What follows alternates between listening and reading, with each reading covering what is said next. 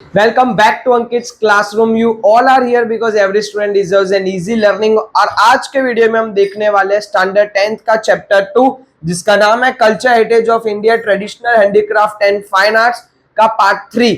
इस चैप्टर के already 2 part आ चुके हैं। जिन्होंने मिस आउट कर दिया लिंक डिस्क्रिप्शन में दी हुई है।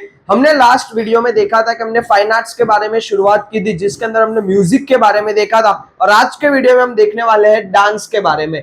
The word नृत्य has been derived from the original Sanskrit word नृत्य। डांस को जो हिंदी में या संस्कृत में बोला जाता है नृत्य, ये नृत्य जो वर्ड है ये कहीं ना कहीं ओरिजिनल संस्कृत वर्ड में से बना है जिसका ओरिजिनल वर्ड है नृत्य। नृत्य में से बना था नृत्य और नृत्य में से भी बना है dance. Dance is one of the medium of realizing beauty with tal and laya, rhythm and harmony for the realization of aesthetic joy। Dance जो है वो बेसिकली ताल और राया पे डिपेंड करता है, यानी कि ताल जो होते हैं उसके ऊपर डांस होता है जिसको इंग्लिश में रिदम और हार्मनी बोला जाता है। यानी कि जो रिदम बजता है और जो हार्मोनी प्ले होता है उसके अकॉर्डिंग पूरा डांस एक क्रिएट होता है। वो डांस जो होता है वो एक रियलाइजेशन होता है एस्थेटिक जॉय का, यानी कि डांस करने के बाद जो मन होता है वो प्रफुल्लित हो जाता है। यहाँ पर जो पर्टिकुलर डांस की बात चल रही होती है वो क्लासिकल डांस की बात चल रही होती है या फिर हमारे जो ऑथेंटिक डांस होते हैं उनके बारे में बात चल रही होती है। तो उनसे जो हमारे अंदर की जो पीसफुल होती है वो आपको कहीं ना कहीं देखने को मिलेगी। उसके अलावा हमारे जो बॉडी ऑर्गन्स है वो एक्टिव रहते हैं। ये सारी चीजें आपको डांस में देखने को मिलेगी। Shiva the originator of dance is lord of dance, that's why it is also called Nataraj. माना जाता है कि डांस का जो मतलब कि नृत्य का जो ओरिजिनेटर है यानी कि जिन्होंने इसकी शुरुआत की थी वो स्वयं भगवान शिव है और इसीलिए उनके जो डांसिंग अवतार है यानी कि उनका जो नृत्य अवतार है उनको नटराज भी बोला जाता है। He was the first to bring down music from the heaven to the earth to teach this art of dance to people। ऐसा बोला जाता है कि भगवान शिव ही ऐसे पहले थे जिन्होंने स्वर्ग में से ये जो डांस है, ये जो म्यूजिक है, ये धरती पर लाया था और लोगों को सिखाया था इस आर्ट फॉर्म के बारे में। India has vast variety of classical dances. हमारे यहाँ पर अनेकों तरीके के क्लासिकल डांस देखने को मिलते हैं जैसे भरतनाट्यम, कुचिपुड़ी, मणिपुरी एक्सेट्रा एक्सेट्रा। अनेकों तरह के क्लासिकल डांस हमारे यहाँ पर डेवलप्ड हुए, ओरिजिनेट हुए और उसको आज भी हम लोग परफॉर्म करते हैं। ये था बेसिक इंट्रोडक्शन डांस के बारे में। वापस देखते हैं कि डांस का जो वर्ड है नृत्य, वो नृत्य वर्ड में से ओरिजिनेट हुआ है जो ओरिजिनल संस्कृत वर्ड है। उसके अलावा अगर हम देखें डांस के बारे में तो डांस जो है वो एक रियलाइजेशन है जो एक मन से प्रफुल्लित होते हैं। डांस जो होता है वो बेसिकली ताल और राय यानी रिदम और हार्मनी के ऊपर ही किया जाता है। उसके बाद बोला जाता है कि जो डांस के ओरिजिनेटर है वो भगवान शिव स्वयं है, इसीलिए उनके जो डांसिंग अवतार है उनको नटराज भी बोला जाता है। उसके अलावा ये जो आर्ट फॉर्म है डांस और म्यूजिक, ऐसा बोला जाता है भगवान शिव ने स्वयं स्वर्ग में से धरती को लोक पर लाया था और लोगों को सिखाया था इस आर्ट फॉर्म के बारे में। उसके अलावा देखें इंडिया के बारे में तो इंडिया के अंदर अनेकों तरीके के आपको क्लासिकल डांस देखने को मिलेंगे जैसे भरतनाट्यम होगा, कुचिपुड़ी होगा, कथकली हो गया, कथक हो गया, मणिपुरी हो गया। इसके अलावा भी अनेक डांस फॉर्म आपको देखने को मिलेंगे। उसमें जो शुरुआत करते हैं सबसे पहले भरतनाट्यम के बारे में। The origin of Bharatnatyam was Tanjore, a district in Tamil Nadu। Bharatanatyam का जो ओरिजिनेट हुआ था यानी कि भरतनाट्यम की जो शुरुआत हुई थी वो कहीं ना कहीं टेंजोर डिस्ट्रिक्ट में से हुई थी जो कहाँ आता है, तमिलनाडु स्टेट के अंदर आता है। There are 2 books, नाट्य शास्त्र बाय भारत मुनि एंड अभिनव दर्पण बाय नंदिकेश्वर। भरतनाट्यम के ऊपर 2 बुक लिखी हुई है। पहली बुक है नाट्य शास्त्र जो किसने लिखी है, भारत मुनि ने, और सेकंड है अभिनव दर्पण जो किसने लिखी है, नंदिकेश्वर ने। ये दोनों ही बुक भरतनाट्यम के लिए बहुत ज्यादा फेमस मानी जाती है। Which are the original source of Bharatanatyam, और बोला जाता है कि ये बुक के अंदर जो भी लिखा हुआ है वो भरतनाट्यम के ओरिजिनल सोर्सेस से लिखा हुआ है, यानी कि उसके अंदर जो भी लिखा है वो भरतनाट्यम के बारे में एकदम ऑथेंटिक और सही लिखा हुआ है। Apart from Gopi Krishna and Mrinali Sarabhai, the actress like Vaijayanti Mala and Hema Malini etc. are the considered to be the preserver of this heritage। गोपी कृष्णा और मृणालिनी साराभाई के अलावा भी हमारे बॉलीवुड एक्ट्रेस जैसे वैजयंती माला, हेमा मालिनी, उनके अलावा भी बहुत सारी ऐसी एक्ट्रेस है बॉलीवुड के अंदर या हमारी फिल्म इंडस्ट्री के अंदर जिनको भरतनाट्यम क्लासिकल डांस आता है और उन सब ने ये पूरी जो हेरिटेज यानी कि ये जो भरतनाट्यम है ये कहीं ना कहीं संभाल के रखा हुआ है। उनके अलावा भी ये सारी चीजें साउथ के अंदर आप देखते हैं कि साउथ के अंदर जो बच्चे होते हैं यानी कि जो गर्ल्स होती है या इवन बॉयज को भी भरतनाट्यम सिखाया जाता है। साउथ में अभी भी क्लासिकल डांस का कल्चर जिंदा है। तो ये था बेसिक भरतनाट्यम के बारे में कि भरतनाट्यम का ओरिजिनेट हुआ था तमिलनाडु के टेंजोर डिस्ट्रिक्ट से।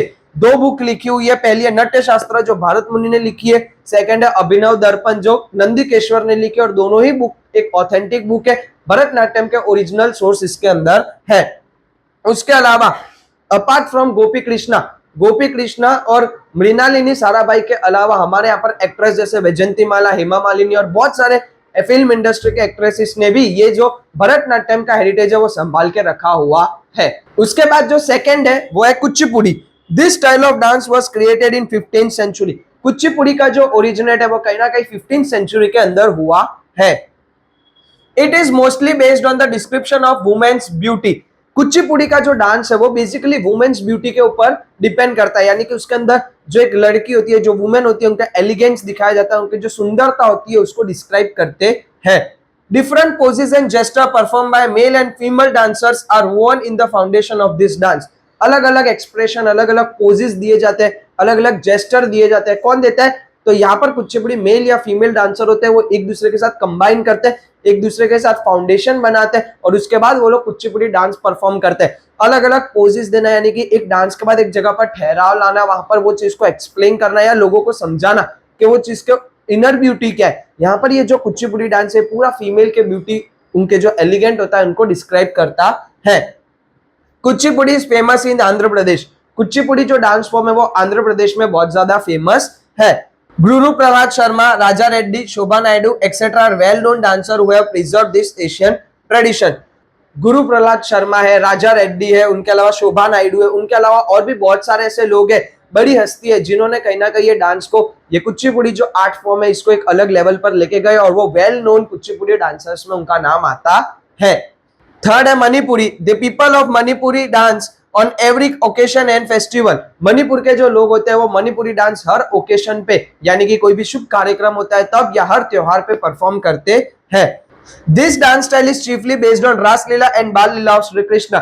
ये जो डांस फॉर्म है ये भगवान श्री कृष्ण की रासलीला, यानी कि जो वो गोपियों के साथ रासलीला करते थे वो, और उनकी बाल लीला यानी कि बचपन में जो मस्ती करते थे, जो शरारतें करते थे, जो उन्होंने जो अलग अलग सिनेरियो किए थे उसके ऊपर इंस्पायर्ड रहता है। उसके ऊपर पूरी ये जो मणिपुरी डांस होता है वो बाल कृष्ण और रासलीला के ऊपर डिपेंड रहता है। Manipuri dance divided into two types, lasya and tandav. Manipuri dance basically दो हिस्सों में बांटा गया है, पहला होता है लस्या और सेकंड होता है तांडव। फिर the plain green colour petticoat is known as Kumin and at the same time silk blouse and belt put on waist. अगर इनके अटायर की बात करें तो जो पेटीकोट होता है वो ग्रीन कलर का देखने को मिलेगा, उसके अलावा जो उनके साथ ही एक सिल्क का ब्लाउज होता है और वेस्ट पर एक आपको बेल्ट देखने को मिलेगा। गुरु Amubi Singh, Guru Bipin Sinha, Nayana Jhaveri, Nirmal Mehta etcetera gain world wide fame. ये सारे लोग ऐसे हैं जिन्होंने मणिपुरी डांस के अंदर पूरी दुनिया में अपना नाम रोशन किया और मणिपुरी आर्ट फॉर्म को उन्होंने कहीं ना कहीं आगे प्रमोट किया हुआ है। नेक्स्ट जो डांस फॉर्म है वो है Kathakali. This dance very famous in Kerala. Kathakali जो डांस है वो केरला के अंदर बहुत ज्यादा फेमस है। The word Kathakali has been derived from the drama based on ancient epic Ramayana and Mahabharata and mixed drama of Sanskrit and Malayalam. Kathakali जो वर्ड है वो कहीं ना कहीं डिराइव्ड कहां से हुआ है? तो पहले के जमाने में जो एपिक थे हमारे रामायण और महाभारत, यानी कि रामायण और महाभारत जो एपिक थे उसके ऊपर जो ड्रामा प्ले होते थे, कौन सी लैंग्वेज में प्ले होते थे? तो संस्कृत और मलयालम लैंग्वेज का मिक्स में जब ड्रामा प्ले होता था उसमें से कहीं ना कहीं कथकली वर्ड डिराइव्ड हुआ है। The character of this art were beautiful pleated attires. Kathakali आपने देखा होगा कहीं ना कहीं मूवीज वगैरह में या सॉन्ग्स के अंदर या फिर अपने फोटोज के अंदर, ये कथकली डांस का जो कपड़े होते हैं, जो अटायर होता है वो बहुत ही ज्यादा ब्रिलियंट, बहुत ही ज्यादा ब्यूटीफुल होता है। We have to read their facial expression to recognize the characteristics of character.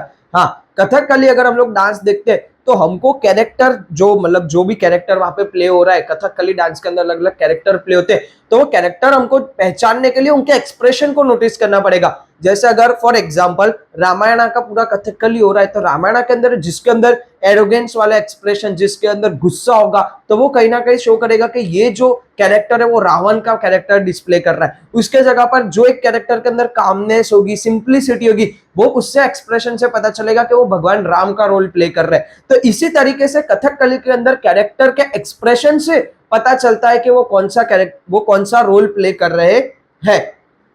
The crown they put is very artistic. Kathakali के अंदर जो लोग क्राउन पहनते हैं, यानी कि जो लोग मुकुट जैसा पहनते हैं, वो बहुत ही ज्यादा आर्टिस्टिक होता है, बहुत ज्यादा आर्टफुल उसके अंदर दिखाया हुआ होता है।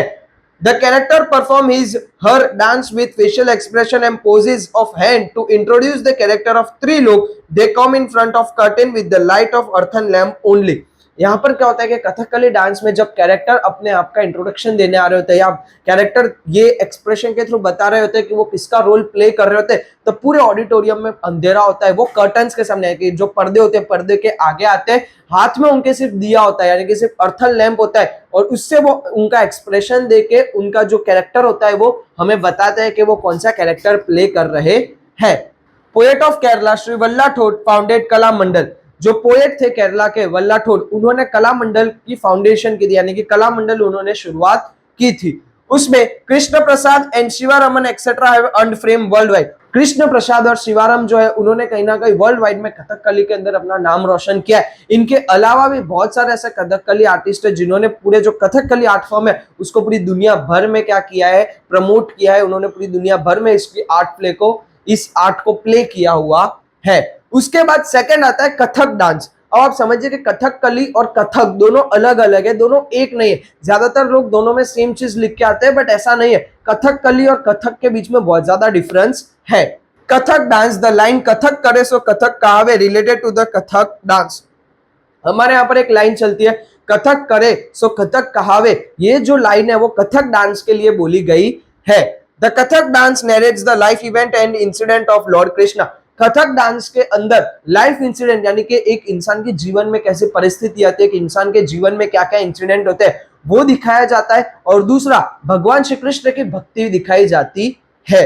It is observe that it is developed with श्रृंगार भक्ति ऑफ वैष्णव कम्युनिटी। ऐसा बोला जाता है कि कथक जो डांस फॉर्म है कथक वो कहीं ना कहीं श्रृंगार भक्ति से इंस्पायर्ड हुआ है। वैष्णव कम्युनिटी ने इसको ज्यादा डेवलप किया है। श्रृंगार भक्ति यानी क्या होता है कि जब भगवान की श्रृंगार हो रहा होता है, जब भगवान का एक वो श्रृंगार कर रहे होते हैं, जब वो तैयार हो रहे होते हैं, उन टाइम पर जो भक्ति प्रकट होती है, उन टाइम पर जो भक्ति परफॉर्म होती है उसको श्रृंगार भक्ति बोला है। तो कथक डांस जो है वो कहीं ना कहीं वैष्णव कम्युनिटी ने श्रृंगार भक्ति के रूप में डेवलप किया है। In this style of dance dancer turns around on one leg and shows reference of dance. यहाँ पर कथक डांस के अंदर लोग एक पैर पर खड़े रह के भी डांस करते हैं और उनका जो आर्ट फॉर्म है वो दिखाते हैं। Woman wear narrow trousers and frock attire. यहाँ पर जो गर्ल्स का अटायर होता है वो कहीं ना कहीं नैरो फ्रॉक टाइप अटायर होता है। This style of dance have been kept alive by Pandit Shri Birju Maharaj, Sitara Devi, Kumudini Lakhia etcetera. Kathak जो डांस है वो कहीं ना कहीं पंडित श्री बिरजू महाराज जिनका पूरे वर्ल्ड में बहुत ज्यादा नाम है, उसके अलावा सितारा देवी, कुमुदिनी लखिया, ये सारे ऐसे लोग हैं जिन्होंने कथक डांस के अंदर पूरी दुनिया भर में अपने नाम रोशन किए। इनके अलावा भी बहुत सारे ऐसे लोग हैं जिन्होंने कथक डांस के अंदर अपना और कथक डांस फॉर्म का और इंडिया का नाम बहुत ज्यादा रोशन किया है। यहाँ पर हमने ये जितने भी आर्ट फॉर्म्स के बारे में पढ़ा वो था डांस के बारे में, कि जो नृत्य है वो कहीं ना कहीं भगवान शिव ने ओरिजिनेट किया। उसके बाद बहुत सारे हमारे यहाँ पर क्लासिकल डांस आपको देखने को मिलेंगे, जिसमें से हमने देखा भरतनाट्यम, हमने देखा कुचिपुड़ी देखा, मणिपुरी देखा, कथकली देखा, कथक देखा। इसके अलावा भी बहुत सारे डांस फॉर्म हमारे यहाँ पर डेवलप्ड है, पर बुक के अंदर आपको कुछ ये मेन क्लासिकल डांस के बारे में बताया हुआ है। नेक्स्ट जो हमारा फाइन आर्ट है वो है ड्रामेटिक आर्ट। प्रेजेंटिंग संस्कार with entertainment is the unique feature of Indian drama art. हमारे अगर इंडिया के ड्रामा आर्ट के बारे में बात करें तो एक संस्कार के साथ एंटरटेनमेंट होना, यानी ड्रामास जो होते हैं ना, ड्रामा के अंदर हमेशा हमारे संस्कार मेंटेन रहते हैं। वहां पर कोई भी ऐसे आउट ऑफ द संस्कार चीज नहीं हो रही होती है कि ये कुछ गलत लगे या इनअप्रोप्रिएट लगे, वल्गर लगे, ऐसी चीजें नहीं होती। ड्रामा के अंदर हमारे संस्कार मेंटेन होते हैं और साथ में हंसी मजाक एंटरटेनमेंट भी होता है। Apart from this anchor and funny pair of clones entertain audience. उसके अलावा हमारे यहाँ पर जो ड्रामा होते हैं, जो नाटक होते हैं, वो इंडिया का एक तो यूनिक फीचर है। क्यों? क्योंकि ऐसी चीज इंडिया के अलावा और कहीं पर देखने को मिलती नहीं है। उसके अलावा हमारे यहाँ पर होते हैं फनी एंकर्स, या फिर एक लड़का और लड़की की जोड़ी होती है जो एंकरिंग करते हैं। वो फनी तरीके से एंकरिंग करके जो ऑडियंस होती है उनको एंटरटेन करती है, उनको हंसाती है। नाट्य शास्त्र बाय भारत मुनि is well known in the field of art. अगर आर्ट फॉर्म की बात करें तो नाट्य शास्त्र जो भारत मुनि ने लिखी हुई है वो ड्रामा आर्ट के लिए भी एक one of the best book बोली जाती है। Dramatic art, writing of drama and performance of drama along with audio visual aids this prior hold the capacity to entertain the people of all age group. अभी drama के अंदर सिर्फ acting का main role नहीं होता है, सबसे पहले तो होता है ड्रामा लिखा कैसा गया है। जैसी राइटिंग होती है उसके बाद उसको परफॉर्म कैसे हो रहा है, परफॉर्म होने के बाद उसके विजुअल और ऑडियो विजुअल्स, यानी कि उसको प्रेजेंट कैसे किया गया है, उसके बैकग्राउंड म्यूजिक कैसे। अभी के टाइम पर आप जो एनिमेशन वीडियोस देखते हो, मूवीज देखते हो, वो भी एक टाइप ऑफ ड्रामा ही हुआ, बट वो क्या होता है, एक रिकॉर्डेड ड्रामा होता है जिसके अंदर पूरा एडिटिंग किया जाता है और बाकी सारी चीजें होती है। पहले के टाइम पे लाइव ड्रामा चलते थे, यानी कि जो हो रहा है वो ऑन स्क्रीन हो रहा है, खाली लोग रिहर्सल करते थे। वहीं पर जो बैकग्राउंड म्यूजिक वगैरह होते थे वो लोग ऑन द स्पॉट तब के तब म्यूजिक इंस्ट्रूमेंट से देते थे। यानी कि स्क्रिप्ट लिखी कैसी गई है, उसके बाद उसको परफॉर्म कैसे किया गया है, और उसके बाद उसके ऑडियो विजुअल्स कैसे दिए गए, ये ट्रायो जब कंप्लीट होता है, जब ये ट्रायो पूरा संपूर्ण होता है, तब जाके कोई ड्रामा सक्सेसफुल रहता है और हर एक एज ग्रुप के लोगों को वो एंटरटेन करता है। Dramatic art is an amalgamation of all the art. हमारा जो ड्रामेटिक आर्ट है वो amalgamation of all the art है, यानी कि ड्रामा के अंदर एक्टिंग भी होती है, राइटिंग भी होती है, डांस भी होता है, म्यूजिक भी होता है। ड्रामा के अंदर आप देखते हो कि बीच बीच में डांस फॉर्म भी देखने को आता है, उसके अलावा ऑडियो विजुअल्स आते हैं, कभी कभी म्यूजिक भी आता है, यानी कि सारे जितने भी आर्ट है ना उसका कॉम्बिनेशन कहीं ना कहीं ड्रामा को बोला जाता है।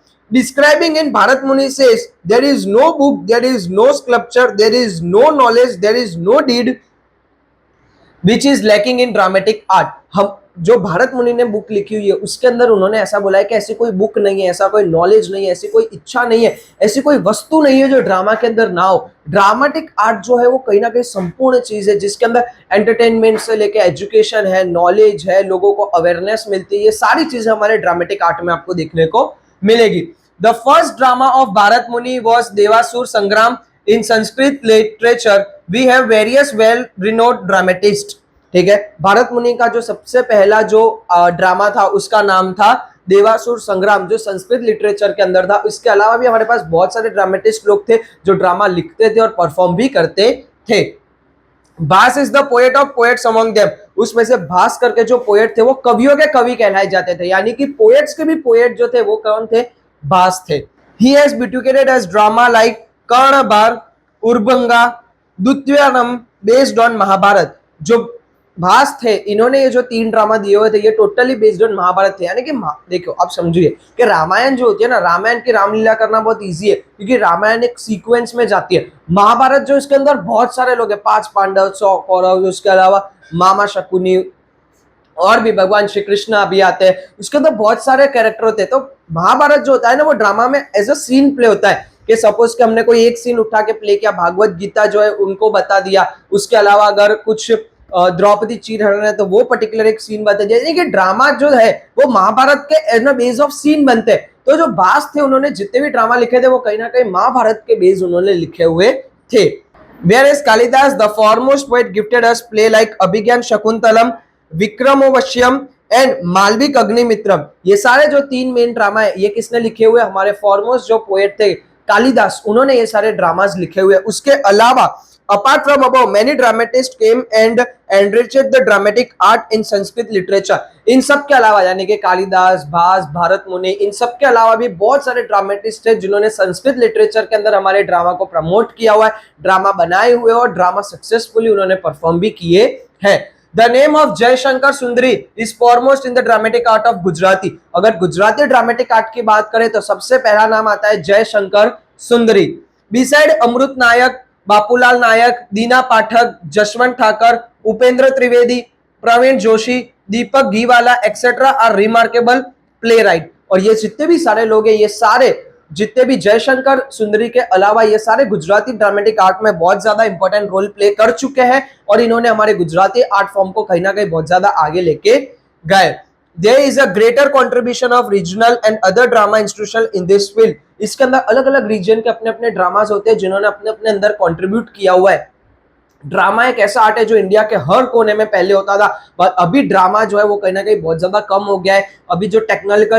अभी जो टेक्निकल ड्रामाज होते हैं जैसे मूवीज हो गई, सीरीज हो गई, या फिर जो रिकॉर्डेड ड्रामाज होते हैं वो सारे लोग ज्यादा देखना पसंद करते हैं। बट जो लाइव ड्रामा का एक्सपीरियंस होता है वो one in a life time moment experience होता है। वो आपको कभी मौका मिले तो स्पेशली कभी लाइव ड्रामा देखना और उसका एक्सपीरियंस फील करना कि कैसे कैरेक्टर्स ऑन द स्पॉट वो सारी चीजें करते हैं। वहां पर कोई रीटेक नहीं होता है, बट वो अपना एक्सप्रेशन नहीं छोड़ते, अपनी सारी गलती को ऑन द स्पॉट सुधारते, आपको पता भी नहीं चलेगा बट वो सारी चीजें रिकवर कर लेते। ये पूरा जो एक आर्ट फॉर्म है वो ड्रामेटिक आर्ट फॉर्म है और ये इंडिया का एक फाइन आर्ट में से एक one of the most finest art है। नेक्स्ट जो हमारा टॉपिक है वो है भवाई। Script writer have said that Bhavai is emotion oriented drama. भवाई जो होता है वो मेन गुजरात का ओरिजिनेट है। भवाई जो है वो स्क्रिप्ट राइटर ऐसा बोलते हैं कि भवाई है वो इमोशन शो करता है, यानी कि इमोशनल ड्रामा, ये सारी चीजें भवाई के अंदर प्ले होती है। एक special dramatic art that started 700 years ago by Asait Thakar. Asait Thakar ने 700 साल पहले भवाई की शुरुआत की थी, और वो भवाई आज भी कहीं ना कहीं गुजरात के कुछ हिस्सों में आपको देखने को मिलेगी। एक टाइम था जब गुजरात के हर हिस्से में भवाई होती थी और भवाई प्ले होती थी। This art which has been providing public education along with entertainment. Bhavai का एक ही नियम था कि यहाँ पर पब्लिक एंटरटेनमेंट, यानी एंटरटेनमेंट तो होता था बट अवेयरनेस और एजुकेशन भी होता था। भवाई के पीछे हमेशा एक मोरल होता था, एक एजुकेशन फॉर्म होता था, नॉलेज होता था कि भाई वो लोग बेटी बचाओ हो गया या बेटी पढ़ाओ हो गया या फिर पर्यावरण बचाओ, ये सारे टॉपिक को लेके भवाई करते थे, जो एंटरटेनमेंट भी देते थे लोगों को और उसके साथ साथ लोगों को समझाते थे भी, अवेयरनेस भी होती थी।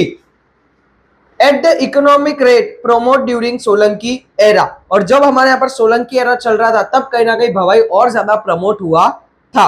It was chiefly perform without curtains with light humour and with the music playing on trumpet. यहाँ पर जब भवाई प्ले होती है तो कोई पर्दा नहीं होता है, ये बिना पर्दा के प्ले होती है। मेनली यहाँ पर जो बैकग्राउंड म्यूजिक होता है वो ट्रम्पेट यानी कि ढोलक वगैरह से दिए जाते हैं। Character disguised in the form of Ramdev, Janda, Jhulan, Kajado etcetera are the main feature of Bhavai. ये सारे जो फीचर्स है, कैरेक्टर, ये सारी चीजें जो पहनते थे या ये चीजों को परफॉर्म करते थे, ये सारी चीजें भवाई की मेन कैरेक्टर प्ले करती है। कौन सी चीजें, तो जैसे रामदेव हो गया, झंडा, झूलन, कजोड़ा, ये सारी चीजें जो हर एक भवाई प्लेयर पहनता था और वो अपने आप को एक निखार देते थे। Theme of Bhavai include protest against social vices, यानी कि भवाई प्ले करने की जो थीम होती थी वो हमेशा सामाजिक होती थी। सामाजिक प्रॉब्लम जो होती थी उसका सॉल्यूशन या सामाजिक प्रॉब्लम को कैसे हल किया जाए, ये सारी चीजों पर भवाई बनाई जाती थी। The character like Rangla and Rangli are used to promote the program like girls education, save the girls child etcetera.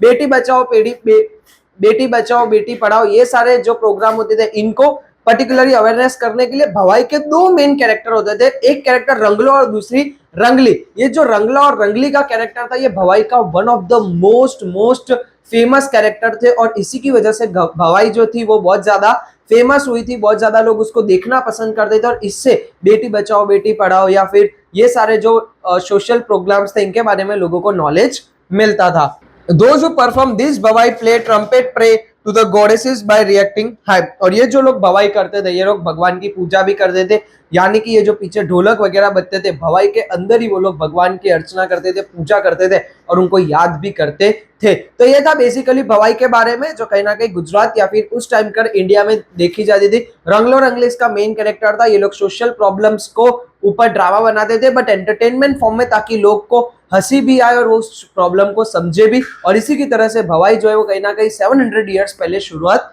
हुई थी। उसके बाद आता है फोक डांसेस ऑफ गुजरात, यानी कि गुजरात के फोक डांस कौन से और कैसे है।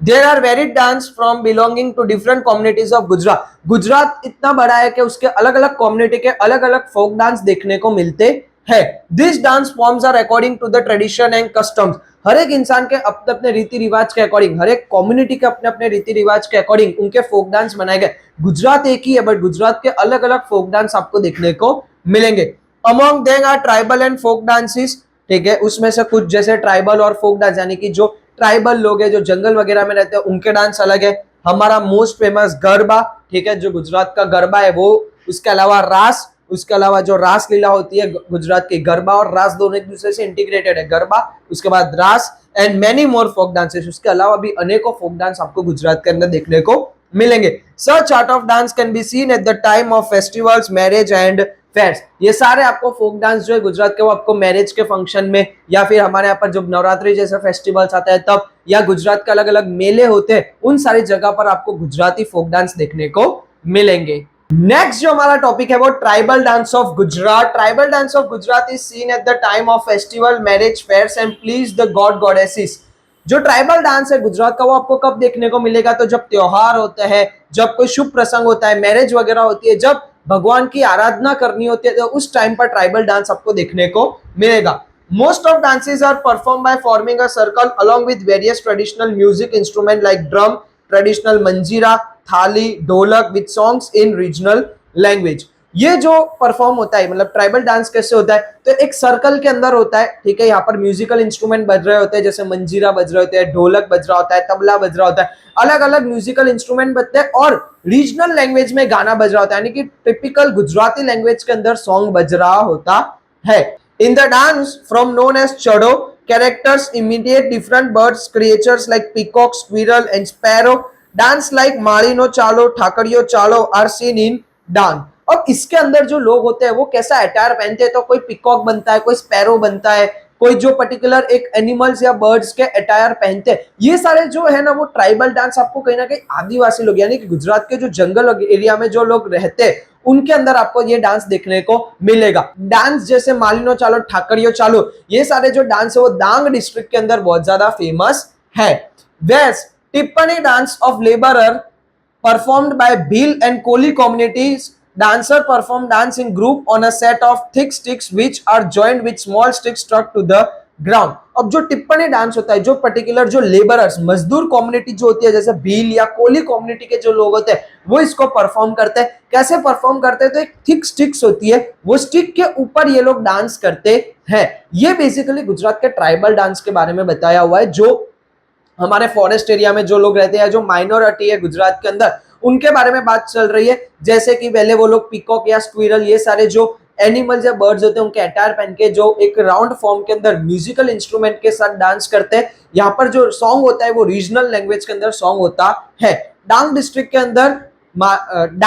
के अंदर मालिनो चालो, ठाकरियो चालो करके डांस बहुत ज्यादा फेमस है। उसके अलावा टिप्पणी डांस की बात करें, जो लेबरर मजदूर लोग करते हैं, भील और कोली कम्युनिटी के लोग, जो एक स्टिक के ऊपर, थिक पतली स्टिक के ऊपर वो लोग डांस करते हैं। अब आता है गरबा। गरबा की कौन नहीं जानता है, पूरी दुनिया में गरबा जो है वो फेमस है। गुजराती इसकी जो जान है, आन है, बान है, शान है, वो है गरबा। तो अब हम देखेंगे गरबा के बारे में। The word Garba is derive from the word Garbhdeep, ठीक है। गरबा जो वर्ड है वो मेन गर्भदीप से आता है। गरबा जो हम प्ले करते हैं वो तो हम लोग एज अ माँ जगदम्बे की प्रार्थना के लिए करते हैं, बट इसमें जो मेन रोल होता है वो गरबों का होता है। आप देखते हो कि जो गर्भ होता है, अर्थन पॉट जिसके अंदर छोटे छोटे होल्स होते हैं और उसके अंदर दिया रखते हैं, उसके ऊपर से जो नाम आया है वो है garba. Earthen lamp is placed in the hold earthen pot. Dancers keep it on their head and move around in circle. अब जो हम लोग गरबो जिसको हम बोलते हैं कि एक मटकी होती है छोटी सी, उसके अंदर छोटे छोटे होल्स होते हैं, उसके अंदर एक दिया होता है, वो क्या करते हैं लोग अपने माथे पे रखते हैं और बाद में गरबा करते हैं, जिसको बोला जाता है एक particular गरबो। Garbas are performed during Navratri festival in Hindu month Asho Shud Ekam to Asho Shud Navami or somewhere up to the Dasham or on Sharad Purnima in all part of Gujarat. अगर हम बात करें गरबा, तो गरबा कब perform होता है, तो basically Gujarat के अंदर गरबा नवरात्रि के अंदर, मेन जो फेस्टिवल होता है वो नवरात्रि के अंदर परफॉर्म किया जाता है। अगर हिंदू कैलेंडर के अकॉर्डिंग देखें तो आशो शुद्ध एकम से लेके आशो शुद्ध नम तक, कई जगह पर दशम तक और शरद पूर्णिमा के दिन भी गरबा खेले जाते हैं। अगर हम बात करें गुजरात कम्युनिटी की, तो गरबा हर जगह पर होता है, बट अगर हम लोग रिलीजियस पर्पज से देखें तो स्पेशली गरबा जो होता है वो नवरात्रि में प्ले किया जाता है, यानी कि खेला जाता है। Gujarati people perform and sing Garba to worship a pray Adya Shakti goddess of power mother Jagdamba, ठीक है। जो गुजरात में अंदर जो गरबा होता है वो प्रार्थना किसके लिए होता है, तो आद्य शक्ति माँ जगदम्बे माँ की प्रार्थना के लिए गरबा किया जाता है। Generally, it's performed in the open ground, encircling to the mandvi kept in the center of the ground, along with the strokes of hand and beats of drums. अब गरबा होता कैसे, तो बीच में मांडवी रखी जाती है, मेनली ये ओपन ग्राउंड के अंदर होता है, सेंटर में मांडवी रखी जाती है और उसके आसपास सर्कल फॉर्म में सब लोग क्या करते हैं, गरबा करते हैं। पीछे म्यूजिकल इंस्ट्रूमेंट्स बजते हैं, ड्रम्स वगैरह, ढोल वगैरह बज रहा होता है, या फिर म्यूजिक के फॉर्म में मतलब गाना सॉन्ग भी बज रहा होता है। बट ये जो सॉन्ग होता है ये रिलीजियस सॉन्ग होते हैं, मतलब कि गुजराती लैंग्वेज में ज्यादा आपको सॉन्ग देखने को मिलेंगे, माँ जगदम्बे को प्रार्थना करते हुए सॉन्ग देखने को मिलेंगे। Gujarati poetry known as Garba and Garbi are chiefly associated with Krishna bhakti. Garba और गरबी, हमारे गुजराती कम्युनिटी के अंदर दो कॉन्सेप्ट देखने को मिलते हैं, गरबा और गरबी, जो दोनों ही कहीं ना कहीं कृष्ण भक्ति से इंस्पायर्ड रहते हैं। Gujarati poet Dayaram wrote poems in Gujarati which made ladies sing to the colorful and emotional garbi of Lord Krishna's love. हमारे यहाँ पे जो गुजराती पोएट है, ठीक है, जिसका नाम है दयाराम, दयाराम सरस्वती, उसके अलावा और भी मीराबाई, नरसिंह मेहता, जिन्होंने गुजराती पोइट्री लिखी है कृष्ण भक्ति के ऊपर। जो हमारे यहाँ के जो गुजराती लेडीज होते हैं, ठीक है, वो भजन वगैरह प्रे करते हैं, भगवान कृष्ण की आराधना करते हैं और उसके अंदर मग्न हो जाते हैं। अब गरबा तो आपको पता ही क्या होता है, जो गरबो होता है उसके ऊपर से जो गरबा हम खेलते हैं उसको बोला जाता है गरबा। गरबी क्या होता है, तो जो ये कृष्ण भक्ति करते हैं, जो भजन वगैरह करते हैं in Gujarati language, Gujarati folk songs, इसको बोला जाता है गरबी। तो ये था बेसिकली गरबा और गरबी के बारे में। नेक्स्ट जो टॉपिक है वो है रासा, यानी कि रास। गरबा और रास हमारे लिए एक है, बट इन फोक डांस ये दोनों एक अलग अलग कॉन्सेप्ट है। Raas is a dance to be perform in circle along with singing. Raas जो होता है वो भी सर्कल के फॉर्म में होता है। ये जो रास जो होता है वो बेसिकली पेयर फॉर्म में होता है, यानी कि जोड़ियों के अंदर परफॉर्म होता है। Strong that lord Krishna had shown Raasleela to devotee bhakt Narsinh Mehta. ऐसा माना जाता है कि भगवान श्री कृष्ण ने रासलीला जो थी वो उनके भक्त नरसिंह मेहता को भी दिखाई थी। रास is mostly performing Gujarat during Navratri and Janmashtami festival. रास जो है वो बेसिकली गुजरात के अंदर नवरात्रि और जन्माष्टमी के अंदर परफॉर्म होते हुए आपको दिखेगी। डांडिया रास is one of its type, but some people perform रास by placing earthen pot on the head. Dandiya जो रास होते हैं, हम लोग जो डांडिया रास करते हैं नवरात्रि में, वो एक रास का पार्ट है। और ज्यादातर गुजरात के अंदर जो डांडिया रास वगैरह ये सारी चीजें जो है वो महिला अर्थन पॉट यानी कि जो गर्भ होता है वो माथे पर लेके डांस करते हैं। Due to increasing influence of Vaishnav sect Raas had become more popular. Vaishnav community जो है उन्होंने कहीं ना कहीं उनके इन्फ्लुएंस से ज्यादा होके रास जो है वो बहुत ज्यादा पॉपुलर हुआ है। Women wear traditional dresses like embroidery chaniya choli and men wear embroidery kediya dhoti when they perform Raas. जब लोग रास गरबा खेलते हैं तो ज्यादातर जो लेडीज लोग होते हैं यानी जो गर्ल्स लोग होते हैं वो चनिया चोली या एम्ब्रॉयडरी किया हुआ वर्क जो होता है वो पहनते हैं। और वहीं पर अगर लड़कों की बात करें तो बॉयज जो होते हैं वो केडिया या फिर धोती वगैरह पहनते हैं। रास के बारे में देखें तो रास जो है वो भगवान श्री कृष्ण गोपियों के साथ खेलते थे। उसके अलावा नरसिंह मेहता को भी उन्होंने रास दिखाया हुआ है। रास जो है वो बेसिकली सर्कल फॉर्म में किया जाता है, इन पैर खेला जाता है, सिंगिंग के साथ रास खेलते हैं। डांडिया रास जो है वो रास का ही कहीं ना कहीं पार्ट है। गुजरात के अंदर नवरात्रि और जन्माष्टमी के अंदर लोग रास खेलते हुए आपको दिखेंगे। उसके अलावा अगर पहरवेश की बात करें तो चनिया चोली वगैरह पहनती है लड़कियां और जो कीड़ियों वगैरह होते हैं वो लड़के पहनते हैं। अब हम देखते हैं अदर डांसेस ऑफ गुजरात। इन सब के अलावा और कौन से गुजरात के डांस है, तो सबसे पहला है गौफ गुंथन डांस। कौन सा डांस? Gof Gunthan dance. It's a performed on drum beats and taal and laya on music. ये जो डांस है वो ड्रम बीट वगैरह पे म्यूजिक जो होता है वो बैकग्राउंड में बजता है, लोग इसके ऊपर परफॉर्म करते हैं। Typing rope with the mandapa pillar tree and holding the other and in the hand. अब ये प्ले कैसे होता है, तो बीच में स्तंभ या फिर पेड़ जैसी चीज होती है जहां पर क्या किया है, रस्सी का एक हिस्सा उसके ऊपर बांधा जाता है और एक हिस्सा हाथ में होता है और बाद में सर्कल फॉर्म में वो लोग डांस करते हैं। They perform dance in group holding the rope in one hand and dandiya in other. ये ग्रुप में परफॉर्म होता है, एक हाथ में रस्सी होती है जो जिसका दूसरा हिस्सा ऊपर बांधा हुआ होता है और एक हाथ में डांडिया या स्टिक होती है।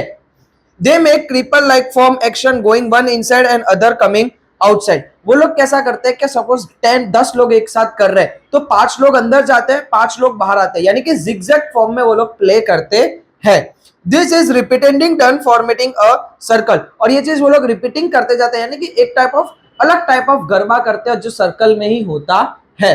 This way they make and open the Gunthan. और वो धीरे धीरे जो गुंथन किया होता है यानी कि ऊपर पेड़ वगैरह पे जो रस्सी पूरा बांधी हुई होती है उसको ओपन करते जाते हैं। This style of dance is called Gof Gunthan dance. और यही पर्टिकुलर डांस को गौफ गुंथन डांस बोला जाता है।